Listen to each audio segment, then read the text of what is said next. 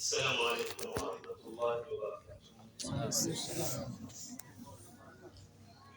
الحمد لله رب العالمين، وأصلي وأسلم صلاة وتسليما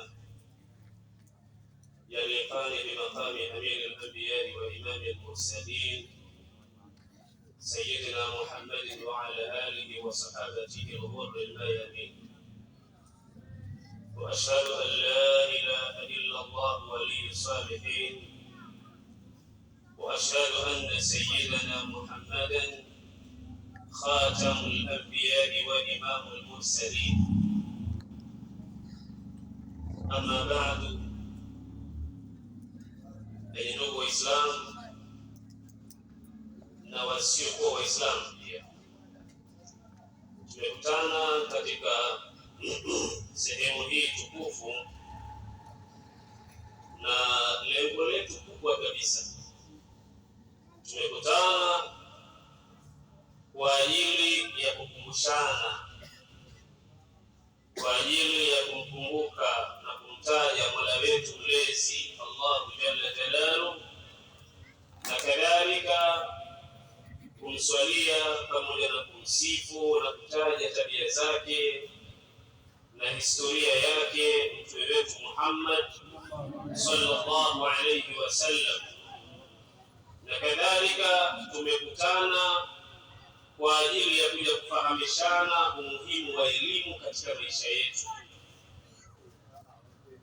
Ndio maana tumekutana hapa. Lengo ni kukumbushana Mwenyezi Mungu Subhanahu wa Ta'ala, kukumbushana mtume Muhammad sallallahu alayhi wasallam, kukumbushana umuhimu wa elimu katika maisha yetu. Yapo malengo mengine, lakini hayo ndio masdar. Isikana kaja mengine. Kwa nini tunakumbushana Mwenyezi Mungu Subhanahu wa Ta'ala? Tunakumbushana Mwenyezi Mungu Subhanahu wa Ta'ala kwa sababu ndio lengo la kuumbwa sisi, ndio lengo la kuletwa ibada zote, ndio lengo analotaka Mwenyezi Mungu Subhanahu wa Ta'ala kila tulipo tumtaje yeye. Ya ayyuhalladhina amanu dhkurullaha dhikran kathira wasabbihuhu bukratan wa asila. Enyi ambao wameamini, mtajeni Allah kumtaja sana, mkumbukeni Mwenyezi Mungu Subhanahu wa Ta'ala kila mlipo kuelekea Allah Subhanahu wa Ta'ala. Hakuna ibada ambayo Mwenyezi Mungu Subhanahu wa Ta'ala alisema alafu akasema tuifanye sana. Enyi ambao wameamini, swalini alafu mswali sana. Hakuna aya inasema hivyo. Fungeni, mfunge sana. Hajasema hivyo Mwenyezi Mungu, lakini katika dhikri amesema tumtaje sana. Ndio maana tunakutana katika sehemu kama hizi kukumbushana maneno ya Allah Subhanahu wa Ta'ala, lakini kadhalika tunakumbushana habari za Mtume Muhammad sallallahu alayhi wasallam, kwa sababu kwa kumpenda Mtume sallallahu alayhi wasallam, kwa kumfuata Mtume sallallahu alayhi wasallam, ndiyo tutayapata mapenzi ya Allah. Qul in kuntum tuhibbuna Allah fattabi'uni yuhibbukumullah. Waambie ewe Muhammad, hawa waumini hawa wote waambie, mkiwa nyinyi mnampenda Allah nifuateni mimi Mtume Muhammad. Mkinifuata mimi Allah atakupendeni.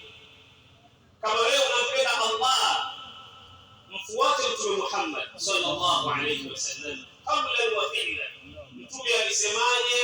Fuata. Mtume alifanya nini? Mfuate Mtume sallallahu alayhi wasallam, utayapata mapenzi ya Allah. Na ukipata mapenzi ya Allah utakuwa umefaulu katika nyumba ya dunia na nyumba ya akhera. Mwenyezi Mungu atupe mapenzi ya Allah inshallah. Na hapa ndio utapata tofauti ya sisi wanadamu na wanyama. Sisi wanadamu na wanyama tuna tofauti kubwa, lakini sehemu kubwa ya tofauti yetu ni sisi Mwenyezi Mungu Subhanahu wa Ta'ala kutupa akili ambazo zitakupeleka kumjua mtume na kumpata Mwenyezi Mungu Subhanahu wa Ta'ala, na kuminyana na kupambana kwa kwa ajili ya kuyapata mapenzi ya Allah subhanahu wa ta'ala. Wanyama hawana muda wa kufanya haya, kwamba wakutane sehemu moja kama hivi, watoe gharama, wafanyeje kwa ajili ya kumusha maneno ya Mwenyezi Mungu. Hawana muda huo, kwa sababu wao hawajaumbwa hivyo.